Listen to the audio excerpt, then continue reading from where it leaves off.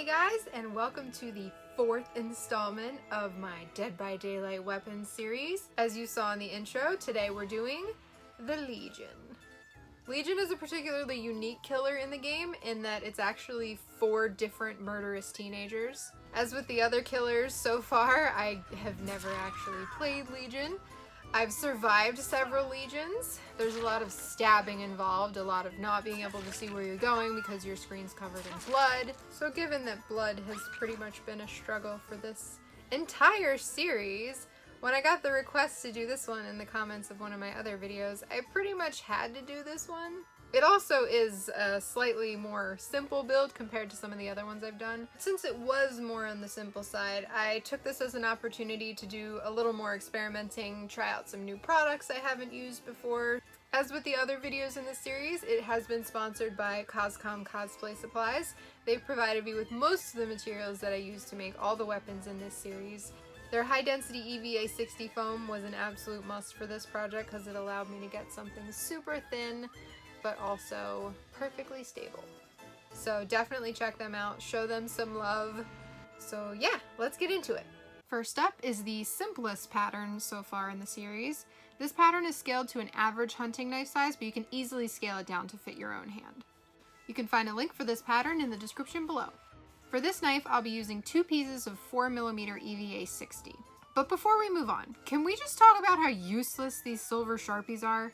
The foam just sucks the life out of them and they're dry in like 5 minutes. So first we're gonna throw that in the garbage. Then we're gonna get a nice white charcoal pencil. Now that's much better. Sorry, back to the project.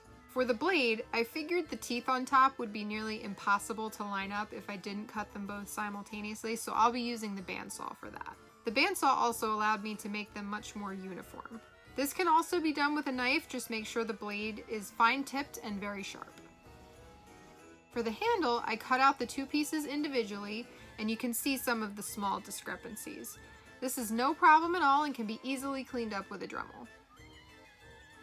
As strong and dense as this EVA foam from Coscom is, when it's this thin, it's still going to have some give. So I wanted to add a little more reinforcement. And I settled on something that probably everyone has in their house somewhere, and that's a metal skewer. These are typically made out of steel, but they're super thin. Perfect knife reinforcement. I did have to cut it down a bit, which was easily done using a cutoff wheel. I only needed to grind in a small bit and then I could just break off the excess. This will be sharp though, so be careful. Then I cut out a nice shallow V-groove to fit the skewer inside. So satisfying. This groove perfectly hides the skewer. I'm attaching the skewer to the handle first because the blade still needs a little more work. I thinned the whole piece down using my oscillating sander, and this made the blade a much more realistic thickness. Once this was done, I could attach the blade to the skewer as well. Now for the detail work. I cut these 2 accent pieces out of the same 4mm EVA 60. I gave these pieces a nice bevel using the Dremel, and then I got it nice and smooth with the stone bit. Then I could attach them to the handle using contact cement. After that, I only needed to do a little more detail sanding to clean up these new edges. For the blade details, I carefully cut up my pattern to mark all of the bevels. Then I spent some time carefully beveling the blade. Once I beveled the larger area almost to a point, I finished the edge with a more pronounced bevel. I sanded the harder to reach areas using fine grit sandpaper. Lastly, I carefully cut in the detail line on the blade and then opened it up using a heat gun. Since this blade would normally have a very clean finish, I spent a lot of time cleaning up the seams. Foam clay for larger gaps, and quick seal for little seams. I went back several times sanding it down and adding more until I was happy with the finish. The last step for the foam work is some tiny screw holes in the handle. I used this tiny little metal bit, I'm not totally sure what it's for, and I just poked it into the foam to make these nice little divots. I did go back and alter the bevel slightly. In the reference images, it's hard to tell if this back part was beveled, but a real hunting knife would be, so I adjusted it to look more realistic. Now that the foam work is done, it's time to go in with the good old Flex Bond. To ensure a smooth finish, I thinned down the Flex Bond with some water and did multiple thin layers. But make sure it doesn't pool in any of the tiny detail areas. Once it was fully cured, I went in with the Plaid FX metallic paint I used for my last weapon.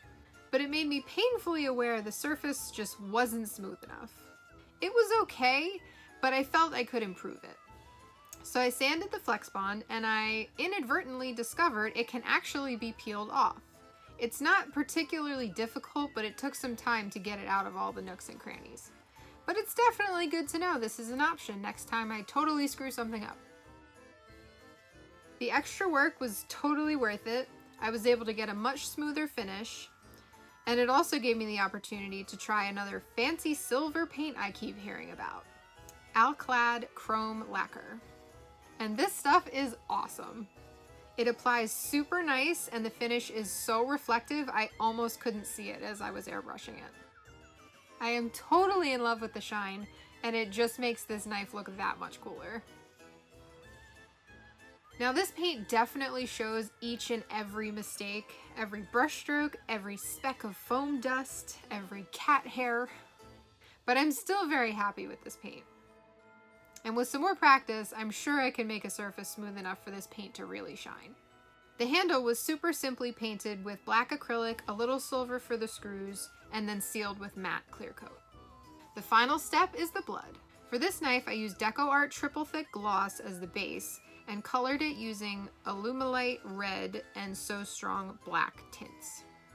I go over all of the details about this mixture and a lot of other options in my last video, so be sure to check it out and find the perfect mix for your project. For the handle, I tried to lay out the blood like a handprint, but this spread it out a little too thin so the color doesn't show up all that well, but I was okay with that since the handle is black anyway. For the blade, however, I used a dripping technique instead. I originally planned to mimic a stab for a more realistic blood pattern, but on the metal finish, it ended up looking too pink for my liking. So instead, I dripped the blood on and then let it stay thick so that it would maintain its dark red color. I then carefully secured the knife and allowed the blood to flow and dry naturally, and I gave it plenty of time to make sure it dried properly. And this resulted in a very cool three-dimensional effect. So that's all I got for today, guys. Much quicker, much simpler. I hope you enjoyed it. I had fun working on a project that didn't take me entirely too long as per usual. So this was a nice reprieve for me.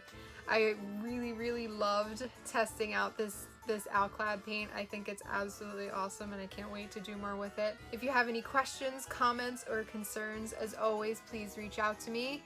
If you liked this video and want to see me do other awesome Dead by Daylight props like this, be sure to leave a comment with what you'd like to see me make next. Maybe even the other Legion weapons. And as always, stay tuned for awesome.